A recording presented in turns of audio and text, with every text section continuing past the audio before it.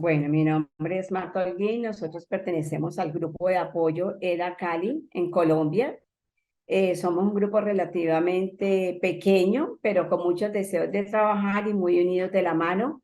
No hemos conformado asociación, fundación, somos un grupo sin ánimo de lucro.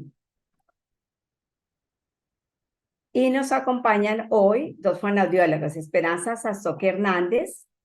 Es una fonoaudióloga de la Universidad del Valle, especialista en foniatría, magíster en ciencias biomédicas, pertenece al grupo de investigación de cátedra y discapacidad y rehabilitación. Trabaja en la línea de investigación, salud y funcionamiento humano. Y en la Universidad del Valle, en la clínica Imbanaco de nuestra ciudad de Cali, Colombia. Nos acompaña también como en el grupo de apoyo el fonoaudiólogo Juan Sebastián Escobar Figueroa de la Universidad del Valle. Es maestrante en neurociencias, grupo de investigación de neurociencias, línea de investigación en las bases cerebrales de la cognición, violencia y vulnerabilidad. Pertenece a la Universidad Santiago de la Universidad ICESI de nuestra ciudad también de Cali, Colombia. Damos la palabra.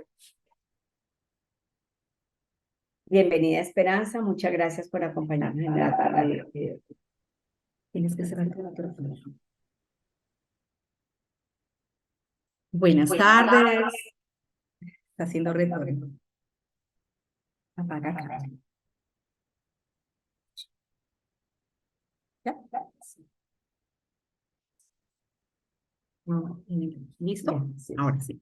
Bueno, buenas tardes. Muchas gracias a las asociaciones por esta invitación y muchas gracias a nuestra querida Marta que ha liderado este proceso en la ciudad de Cali con este grupo de apoyo para muchas personas que lo han necesitado.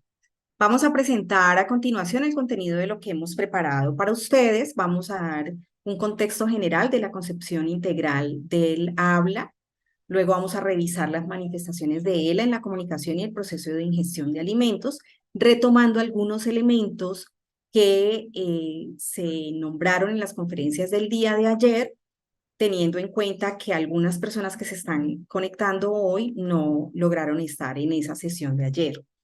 Y luego vamos a hablar acerca de la intervención fonoaudiológica, desde la evaluación, el tratamiento, unas propuestas nuevas para abordar el ELA y finalmente vamos a compartir con ustedes algunas referencias. No cambia la diapositiva. La ELA. ¿Por qué no cambia? ¿Ya cambió? No. Ya, sí, allá sí se ve, ya. Bueno, entonces, ¿qué hacemos? Un momentico, yo veo a ver qué pasa con la... Me toca dejar de compartir y ponerlo en...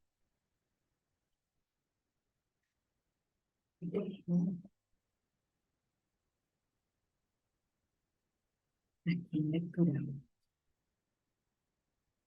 ¿Ahora sí? Muy bien.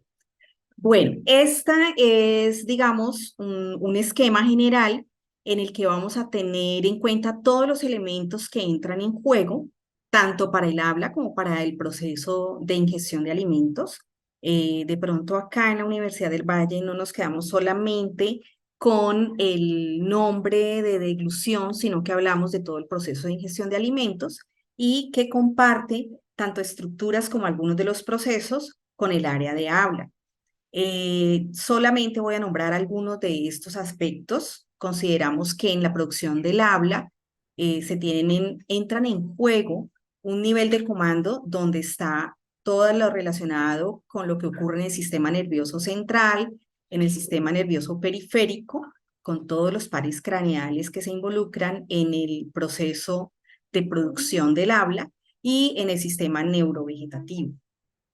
También encontramos en el nivel ejecutor cómo se integran los procesos de respiración, fonación, resonancia y articulación, y cómo se lleva a cabo el control desde otros niveles, el nivel sensoperceptual a través del cual generalmente intervienen el control auditivo de la producción del habla, el control visual, el control propioceptivo, el control postural.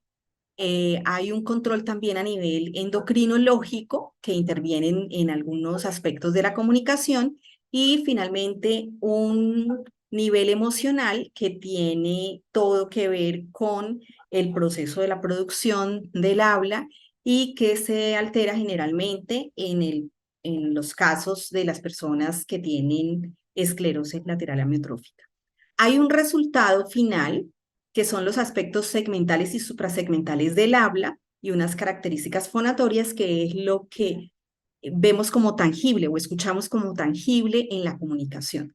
Pero todo esto se da en el contexto, en un contexto social comunicativo, en el cual se integra o al cual se integra la persona y la familia en la que la persona se está desempeñando. Voy a retomar algunas de estas manifestaciones, lo nombraron ayer. Una de las manifestaciones generales en la esclerosis lateral amiotrófica es la fatiga como un síntoma habitual, inicial, que generalmente es persistente a lo largo de la evolución de toda la enfermedad. Encontramos que las personas presentan depresión, ansiedad, insomnio, específicamente después de que se les ha dado el diagnóstico y algunos cambios que tienen que ver con esa evolución de la enfermedad. También hay pérdida de movilidad y autonomía progresiva para atender las necesidades básicas de higiene, alimentación, comunicación, ocio y tiempo libre. Hay dificultades en la alimentación por la debilidad muscular que se presenta sobre todo en el proceso de deglución, problemas respiratorios asociados a la debilidad muscular, problemas de salivación y algunas personas refieren problemas de estreñimiento debido a la falta de movilidad y a la dieta que generalmente están consumiendo. Algunas personas refieren dolor causado por los espasmos, las malas posturas que tienen que asumir dada la debilidad muscular y en algunos casos por las variaciones en el peso corporal. Se dice, hay algunos autores que refieren que algunos casos, así sea en un menor porcentaje, pueden presentar demencia frontotemporal y cambios neuropsicológicos como dificultades en la atención relacionada con el procesamiento de la información que se está viendo, digamos, de alguna forma lentificada. Encontramos alteraciones en las funciones ejecutivas, la memoria, el lenguaje, incluso en algunos aspectos de la personalidad, y ocasionalmente pueden presentarse alteraciones en la evocación, en la planificación o razonamiento verbal y visual producidos por una afectación prefrontal. En este esquema quiero mostrar cómo se van relacionando esas dificultades en lo que ocurre a nivel de la musculatura respiratoria, lo que ocurre en la ingestión de alimentos y cómo todo esto repercute luego en la comunicación. Entonces, debido a esos cambios que se están dando en la musculatura respiratoria, hay una disminución en la captación del oxígeno, hay déficit de oxígeno en los tejidos y hay una disminución de los volúmenes pulmonares, tanto inspiratorios como expiratorios. Todos estos elementos llevan a que la persona presente una insuficiencia respiratoria. Esto se va a reflejar a la vez en el proceso de ingestión de alimentos. Recordemos que en el proceso de ingestión de alimentos vamos a tener en cuenta todas las etapas que ayer nombraba la fonoaudióloga Tamara, y todos esos elementos que se van combinando en cada una de las fases de la ingestión de alimentos para que se lleve a cabo el proceso de deglución, se van a ver afectados específicamente por la debilidad de la musculatura a nivel orofacial, a nivel faríngeo y a nivel laríngeo. Adicionalmente, a esta debilidad en estas estructuras, encontramos la alteración del mecanismo de protección de la vía aérea y ocurren situaciones como la penetración de alimentos o la aspiración de alimentos. Estos dos elementos, tanto la debilidad de la musculatura orofacial, faringo-laringea, y el comportamiento en el proceso de respiración, ocasiona esos cambios, esas manifestaciones que terminan siendo deficiencias en el habla y la voz que van a afectar de alguna forma la comunicación. ¿Cuáles son esas?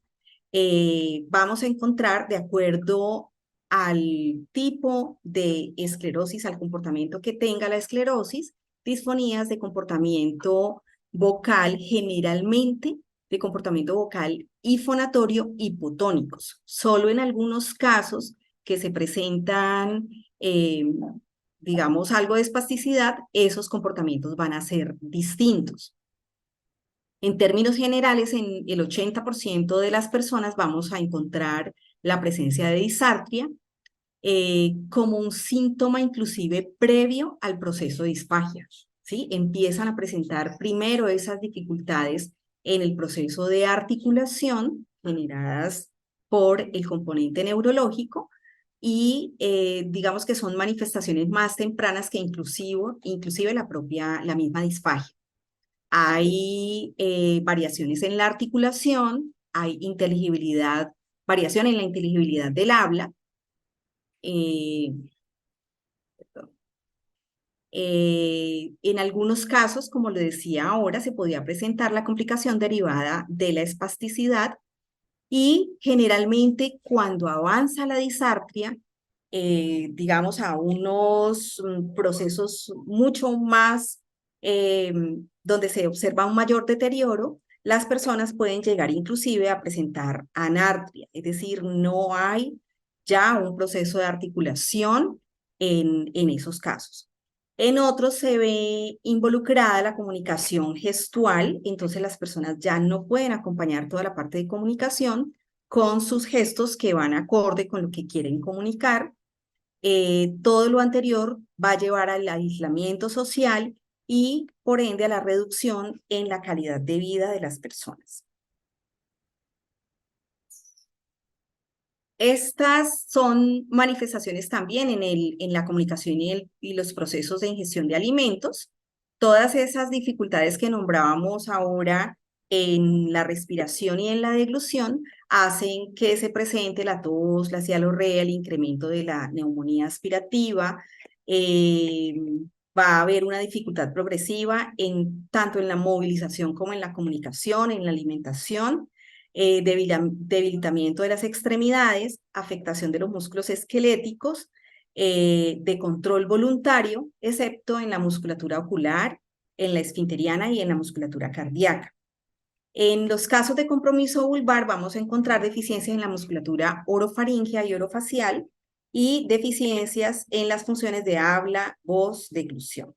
No necesariamente se van a encontrar alteraciones sensitivas o sensoriales, eh, pero vuelvo y nombro que algunos autores refieren algo relacionado con dificultades a nivel frontotemporal.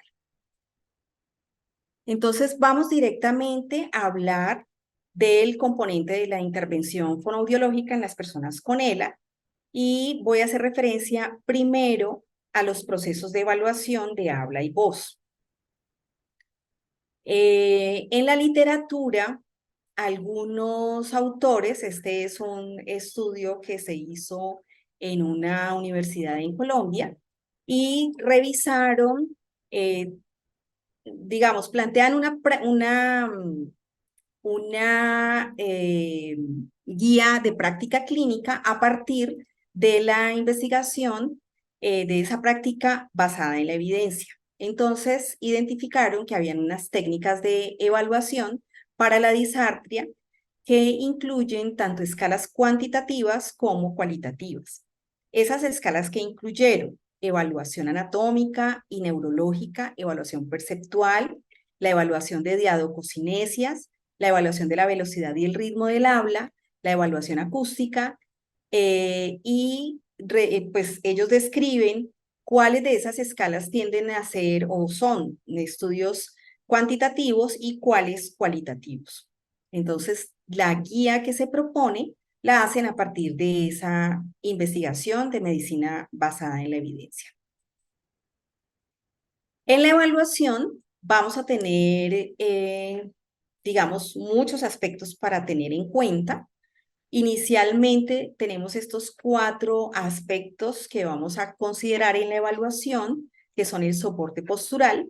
Vamos a hacer la valoración desde los planos anatómicos, viendo la posición de acuerdo en la que, evaluando el soporte postural de acuerdo a la posición en que la persona puede llegar. Hay personas que llegan en estadios muy tempranos, que todavía están caminando con algún apoyo. Entonces vamos a hacer esa evaluación en posición de pie, en posición sedente, y vamos a hacer la evaluación en planos anteroposteriores y laterales. Vamos a evaluar la actitud corporal, la cual está relacionada con la posición en que la persona se encuentra, si logra mantener la verticalidad en la posición que estamos evaluando, si hay desplazamiento del cuerpo, y vamos a evaluar todas las estructuras generales y cómo se relaciona todo el soporte esquelético. Entonces vamos a establecer una relación de la alineación de cabeza, cuello, cintura escapular, cintura pélvica, y todo esto en las funciones del habla y de la ingestión de alimentos. Vamos a evaluar el comportamiento muscular, buscando identificar cuál es la tendencia de esos grupos musculares que participan en el habla y la deglución, y vamos a identificar cuáles de ellos tienden hacia la hipotonía y cuáles, por compensación, podrían tender hacia la hipertonía. Identificando esto generalmente no solamente en la caja torácica, cabeza, cuello, cintura escapular, sino también en todas las estructuras del sistema estomatognático, que sería el tercer aspecto que vamos a tener en cuenta. Vamos a identificar cuáles estructuras, digamos, están conservadas, porque es importante tener en cuenta con qué vamos, de dónde vamos a partir, con qué vamos a contar, cuáles estructuras y qué función de esas estructuras están conservadas y cuál sería el componente neurológico que se asocia a ellas.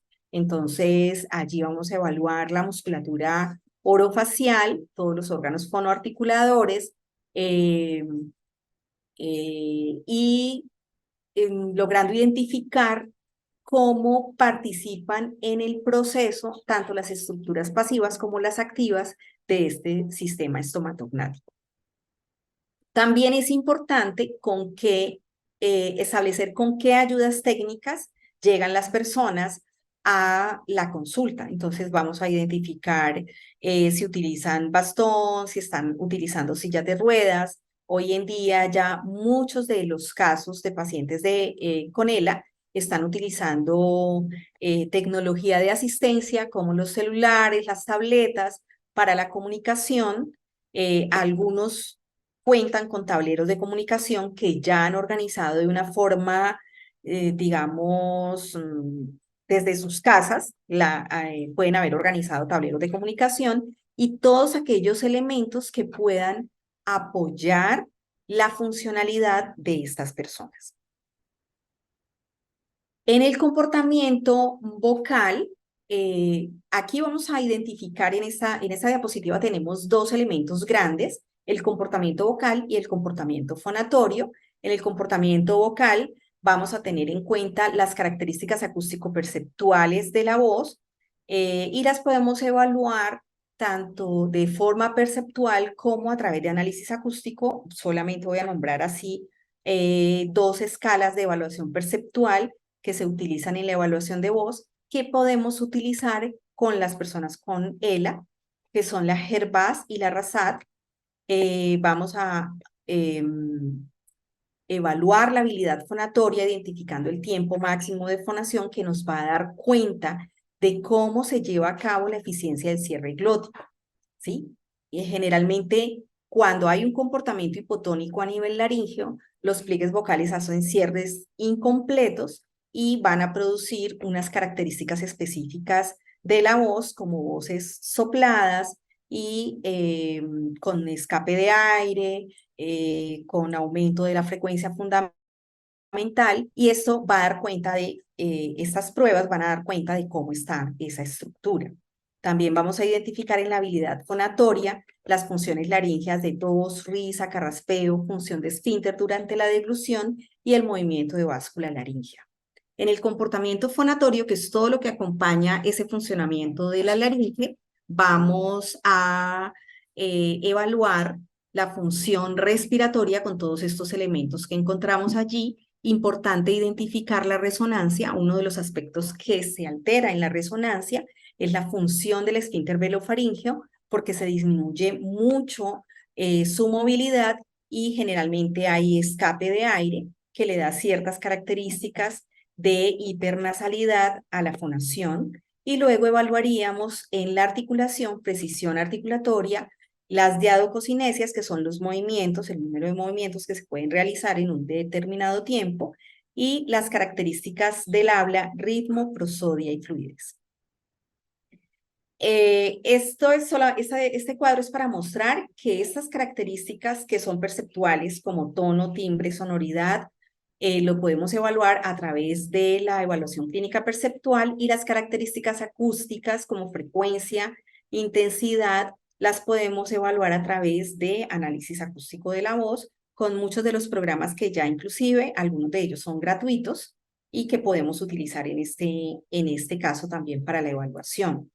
Aquí están las dos escalas que les nombré y vamos a pasar rápidamente a tener en cuenta que no es solamente esa cantidad de pruebas que vamos a utilizar, sino cómo es ese contexto de comunicación de la persona que evaluamos. No es solamente hacer las pruebas, sino identificar qué es lo que está pasando en el contexto donde la persona se está desempeñando.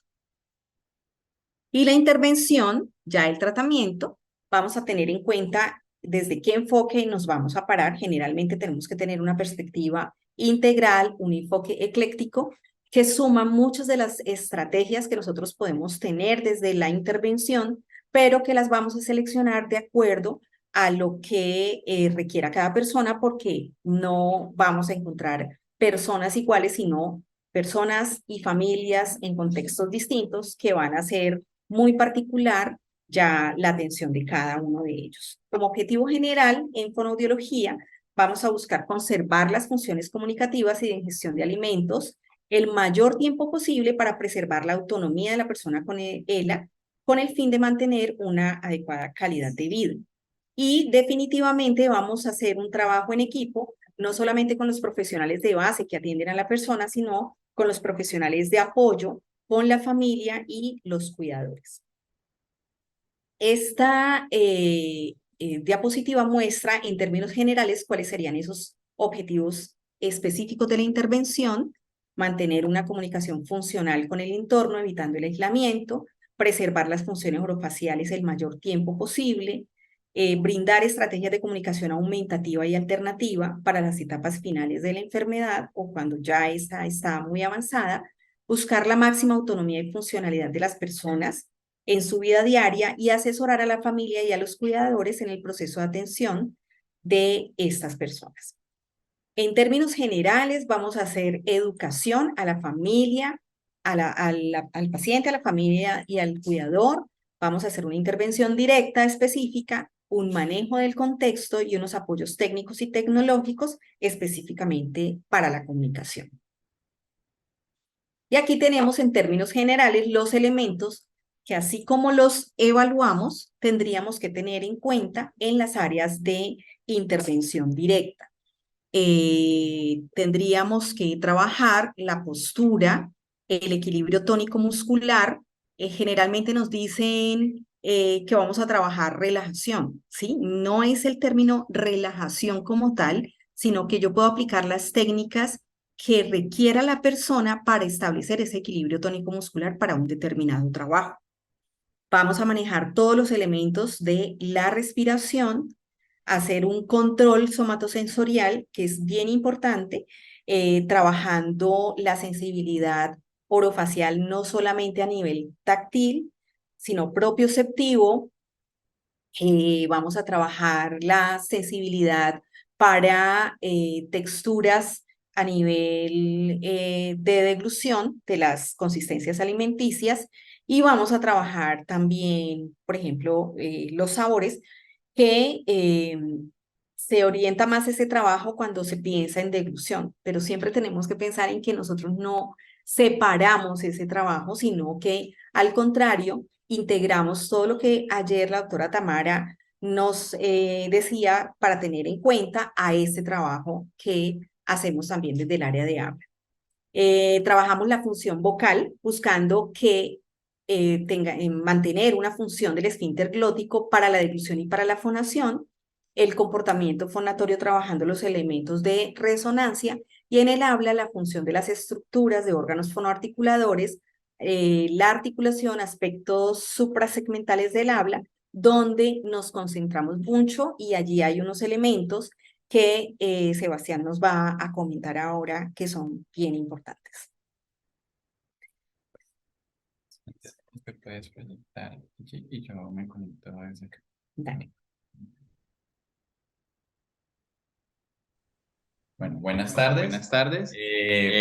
Para continuar entonces con la presentación, Vamos a hablar de otras propuestas de abordaje para el tratamiento de deficiencias del habla y la voz en en personas con ELA. ¿Listo? ¿Listo? Entonces, Entonces, bueno, bueno, dentro de los nuevos abordajes que se están que se están implementando implementando para hacer toda la parte terapéutica terapéutica de audio y voz en en ELA, tenemos que tener en cuenta una nueva perspectiva. Eso. Esta nueva perspectiva, no. Escucha con eco. ¿Tú tienes tu micrófono abierto? Sí. Pues yo apago el mío, espera. Pero ¿por qué no pasa?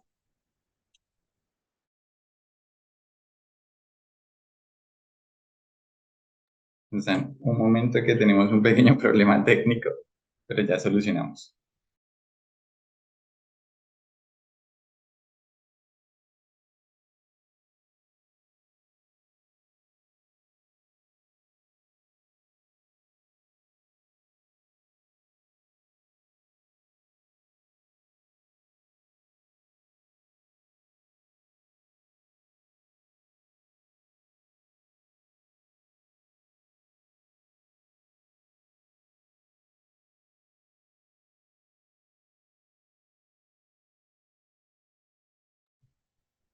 Vamos a ver. ¿Qué está pasando? Bueno, tenemos un pequeño inconveniente técnico con las diapositivas, pero vamos a ir conversando un poco. ¿Listo?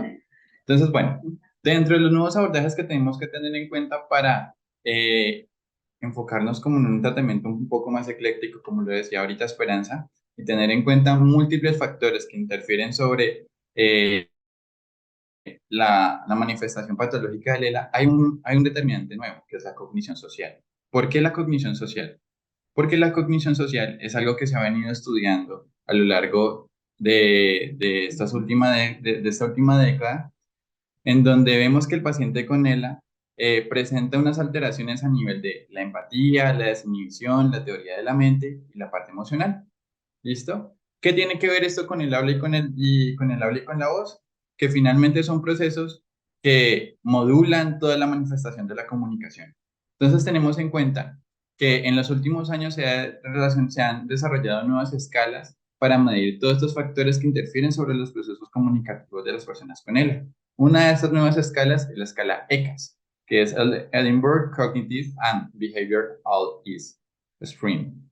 Entonces, este test o esta escala lo que busca es eh, eh, evaluar la funcionalidad comúnmente alterada, que son funciones ejecutivas con fluidez verbal, cognición social y lenguaje, funciones adicionales que se deben explorar como la memoria, las habilidades visoespaciales, la evaluación de los cambios del comportamiento y de los síntomas, algunos síntomas psicóticos que se refieren en algunos autores, y las percepciones del cuidado respecto a las funciones ejecutivas, cognición social y comportamiento, así también como toda la parte relacionada con la ansiedad y la depresión, ya que se ha observado a nivel comportamental que esta es una de que esas afectaciones son supremamente importantes dentro del proceso de intervención y tratamiento desde el abordaje terapéutico, porque influye mucho sobre la condición y la disponibilidad que tienen nuestros usuarios en abordar el tratamiento. Además, que estos aspectos en la cognición social infieren mucho sobre la conectividad cerebral y nos ayudan y determinan cómo va a ser el curso del tratamiento y el abordaje de las patologías. Entonces, en este sentido, tenemos en cuenta que dentro del ELA no solo hay una afectación a nivel de la corteza, sino que también hay una afectación a nivel de la sustancia blanca, de las conectividades que se generan entre las diferentes áreas del cerebro, en las diferentes áreas corticales, que influyen no solo en un deterioro a nivel motor, sino también en este deterioro a nivel cognitivo y de la cognición social. Entonces, algunas áreas que tenemos identificadas que se afectan en el ELA. Entonces están, aparte de la corteza primaria también, y se encuentra también la corteza prefrontal, la corteza temporal y los núcleos de la base. Entonces, estas, ¿por qué son importantes estas áreas? ¿Y por qué lo estamos relacionando con habla y voz? Porque en la afectación entre la comunicación, entre el lóbulo temporal y la corteza prefrontal, afectan todo lo que se relaciona con la percepción de los rasgos sociales, incluidas las percepciones de las emociones a través de, de la expresión facial, como a través de la mirada, a través de la voz y la parte postural. Haciendo énfasis en la parte de la voz, vemos una afectación que se genera a nivel de la discriminación emocional relacionada con la prosodia y la entonación. Entonces, vemos que muchos de nuestros pacientes presentan episodios como de apatía y aislamiento social, irascibilidad, que se relaciona mucho con este deterioro. Y este deterioro en esta zona implica también unas conductas que pueden tornarse desde la agresividad, desde el desapego, la tristeza, la baja volición o la baja voluntad para desarrollar actividades de la vida diaria. Entonces, eh, dentro de esta afectación a nivel prosódico y a nivel de la identificación de los entonemas, vemos que también rigen toda la afectación subsecuente desde la carga motora, desde las diferentes dificultades en la ejecución de praxias, desde el desacondicionamiento físico generalizado propio pues, de la enfermedad. Entonces, han surgido otros nuevos enfoques de abordar el ELA. Entonces, uno de estos nuevos enfoques de abordaje en ELA es la estimulación transcranial por corriente directa. Este es un nuevo método que aborda diferentes problemáticas que se presentan en ELA: la cognición, el dolor, lo motor, la sensibilidad y la conducta. Este método consiste en ubicar electrodos subsecuentemente sobre las zonas de que queremos estimular del cerebro. En este caso, vamos a ubicar los electrodos en la corteza temporal, la corteza prefrontal y sobre el área motora. Entonces, ¿cuáles son los beneficios que se han observado de esa estimulación eléctrica transcranial con corriente directa?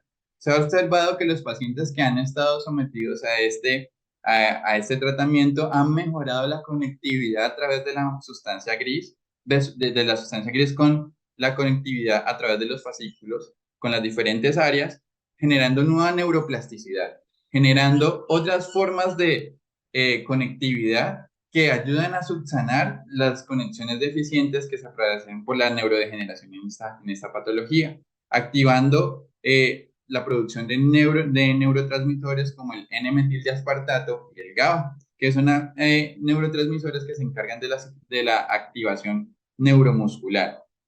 Entonces vemos que este método también nos ayuda a mejorar toda la parte de la propiocepción y también toda la parte de reconocimiento sensitivo y motor. Entonces, vemos que hay unas alteraciones, perdón, vemos que al estar expuesto el paciente a este tipo de tratamientos, vemos que a lo largo del tiempo puede llegar a hacer una modificación de la síntesis de proteínas que se involucran en todos los procesos de conectividad a nivel neuronal y que podrían ser cambios que se mantengan a lo largo del tiempo con la retroalimentación pues, de esta conectividad a través de esta estimulación. Entonces, pasemos a la siguiente. ¿Está? La siguiente. Esa. Muy bien. Dentro de otros enfoques que se están utilizando ampliamente para el abordaje de pacientes con ELA, utilizamos también la estimulación eléctrica neuromuscular. ¿Listo? En el tratamiento fonoaudiológico. ¿Esto por qué? Como lo decía ahorita Esperanza, hay unas afectaciones que se generan a nivel de los órganos fonoarticuladores y que la estimulación de las fibras neuromusculares por medio de este tipo de corrientes controladas, como son las corrientes TEMS, EMS y RUSA, nos ayudan, nos benefician en nuestros pacientes a nivel de la relajación de la musculatura y la actividad de la activación de la circulación, así como también contribuyen a mejorar la sensibilidad a nivel intra y perioral. Estimulan también la parte de los músculos en cuanto a su motilidad cuando se ven comprometidos por el deterioro neuromuscular y el fortalecimiento también de grandes músculos como en el diafragma. Entonces, esto es supremamente importante y novedoso y digamos que y actualizarnos como profesionales que hacemos consulta o que tenemos injerencia sobre el tratamiento de la ELA, es importante que utilicemos estos nuevos enfoques porque finalmente el ELA hay que hacer un abordaje un poco ecléctico, no, ecléctico. Hay que hacer un abordaje integrativo desde las diferentes tecnologías que tengamos a la disposición. El uso de esta estimulación eléctrica neuromuscular ha generado gran controversia, pero también ha demostrado unos avances en procesos de deglución y voz específicamente, y a nivel de la articulación en los procesos de habla en los pacientes con ELA. El uso de las corrientes TEMS han ayudado a mejorar la sensibilidad intraoral. Pacientes que tenían dificultades a nivel de discriminación, tanto de texturas como temperaturas, formas, sabores, han mejorado posterior a la intervención con este tipo de corrientes. La electroestimulación con corriente EMS ayuda a la activación neuromuscular.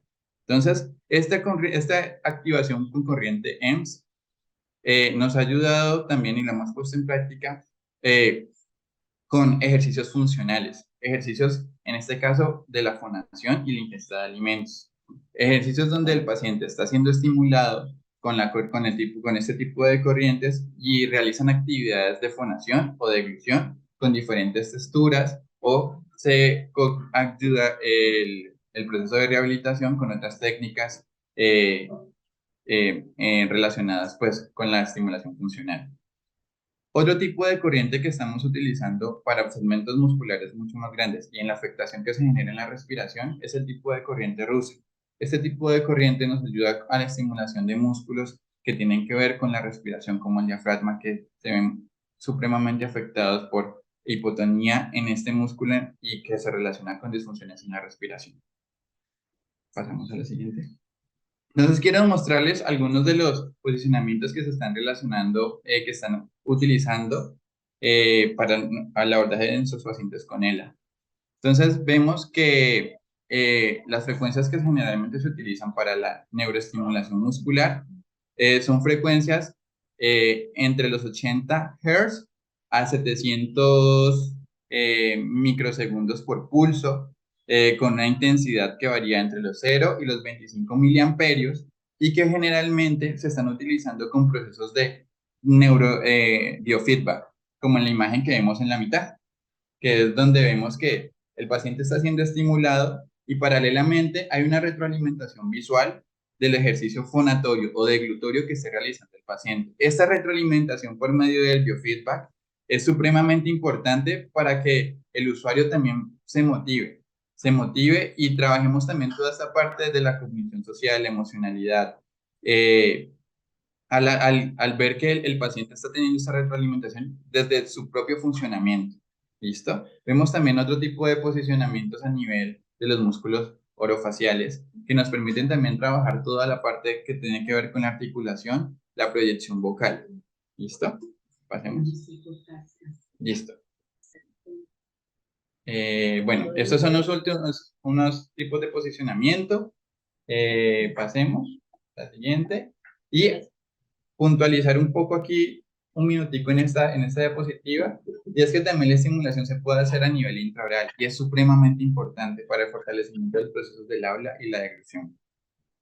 ¿Listo? Muchas gracias.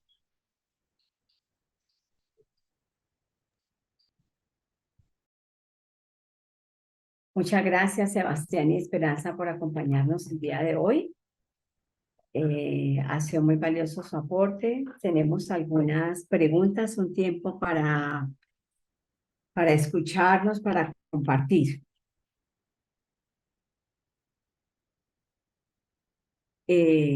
Recibimos dos preguntas, una de Marita y Tiago, que están relacionadas. Marita pregunta si este método TDCS lo tenemos en Colombia. Sí, de hecho, perdón, puedes abrir. Listo, perdón. Listo, les quiero responder respecto a eso. Sí, se está utilizando en este momento, ya hace 5 años, fue aprobado por la FDA en Estados Unidos. Y acá hay algunos centros especializados porque requiere de una formación muy rigurosa. Se está utilizando acá en Cali. De hecho, en la Universidad del Valle y la Universidad ICESI tenemos los equipos y estamos en validación de protocolos para realizar como la atención al público. Gracias. Siguiente pregunta, un agradecimiento para ustedes dos y una consulta.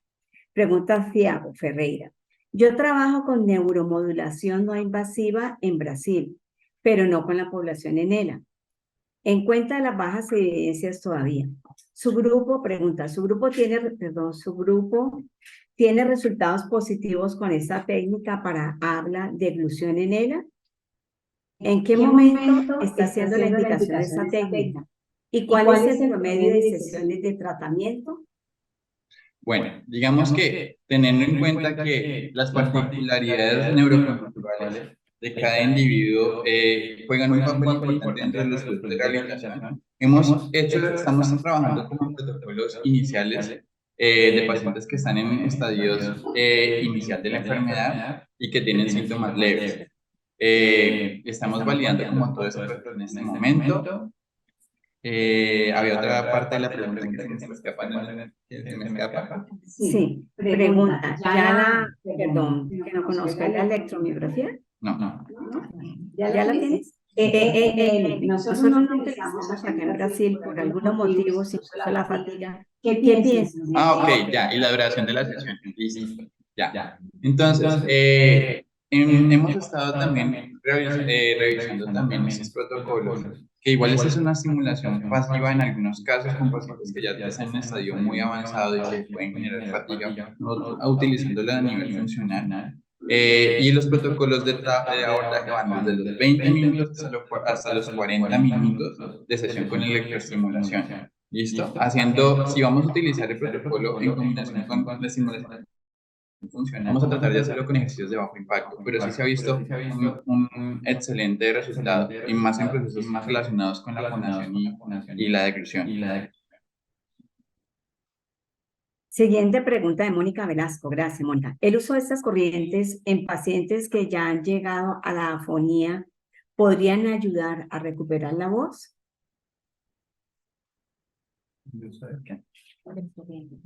Perdón, está bien.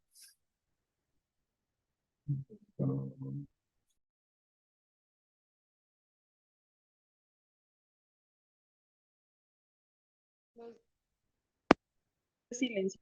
El uso de estas corrientes en pacientes. Bueno, una cosa tenemos que tener en cuenta que es la afonía y otra cosa es la anartria. ¿Listo?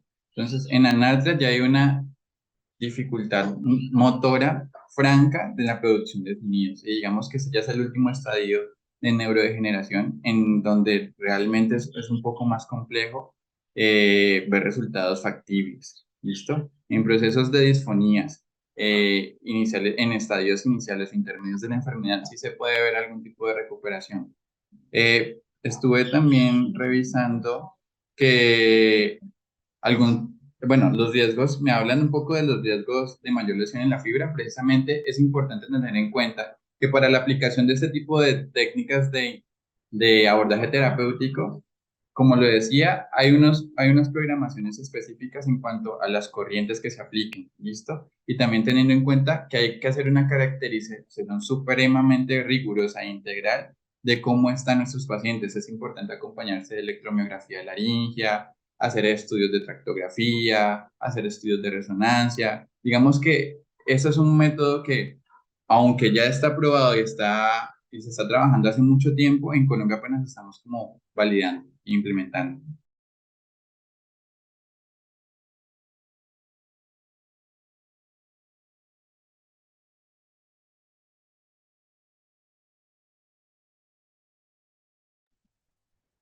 Bueno, qué pena. ¿Estará bien el sonido? Esperemos que sí.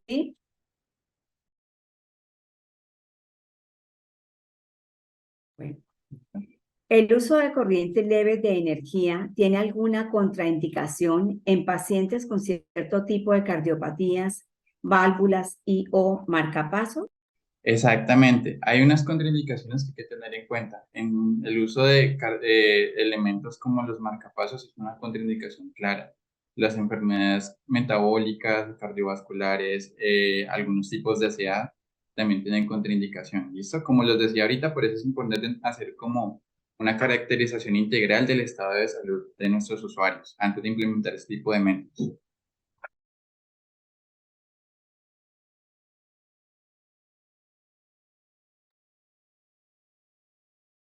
Bueno, muchas gracias a todos. Revisando, no tenemos. Sí, perdón, nos queda una pregunta.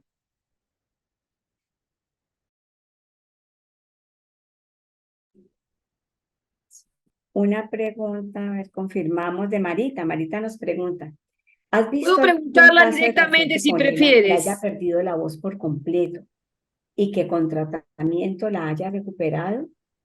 Me refiero a pacientes que pueden abrir y cerrar la boca, que pueden deglutir, pero con cierta limitación, y que sí pueden mantenerse en postura sentada. Cuéntanos tu experiencia. ¿En qué casos hubo mejorías? Bueno, esta es una pregunta muy interesante y por eso también hablamos un poco ahora de la cognición social. Digamos que en nuestros pacientes también hay una cuestión muy importante que es toda la necesidad comunicativa que se rige a través de las interacciones sociales y que motivan a nuestros usuarios también a generar procesos. Entonces, el factor volitivo en muchos de nuestros pacientes con ELA, que tienen depresión y ansiedad, es un factor que puede desencadenar en alteraciones vocales, como unas disfonías psicógenas, como unos mutismos selectivos, que también es importante tener en cuenta y caracterizar. En pacientes que tengan ese tipo de funcionalidad como el que expresas ahorita, hay que, vuelvo y digo, caracterizar muy puntualmente en nuestros pacientes, pero es posible porque hay unas afectaciones, las estructuras adyacentes también están en funcionalidad y se requiere una mayor estimulación con rigurosidad, con mucho juicio y con mucha constancia. Y para mejores resultados, como les digo, es importante también hacer un abordaje temprano, desde los primeros estadios de la manifestación clínica de la enfermedad. Listo, gracias. Bueno, amigos, muchísimas gracias a todos. Para finalizar este mensaje, que nos toca a todos el corazón, ¿no? ELA no es ceder frente a lo inevitable e incierto de la vida. La ELA es afrontar con entereza el transitar por la existencia hasta los límites que nosotros concibamos. Gracias, Juan Sebastián. Muchas gracias, Esperanza. Yo le añadiría a esto que la aceptación y la serenidad son vitales. La ELA nos trae unas lecciones de vida que en mi experiencia personal podría decir hermosas. Gracias a todos. Gracias. Muchas gracias. Muchas gracias a Muchas Marta, gracias. gracias a Juan Sebastián, muchas gracias a la licenciada Esperanza por todo lo que han compartido con nosotros, que es muy importante, algunas cosas nuevas que están como para seguir estudiando. Y bueno, ahora vamos a hacer, tenemos un par de minutos, si quisieran, hacemos una pausa.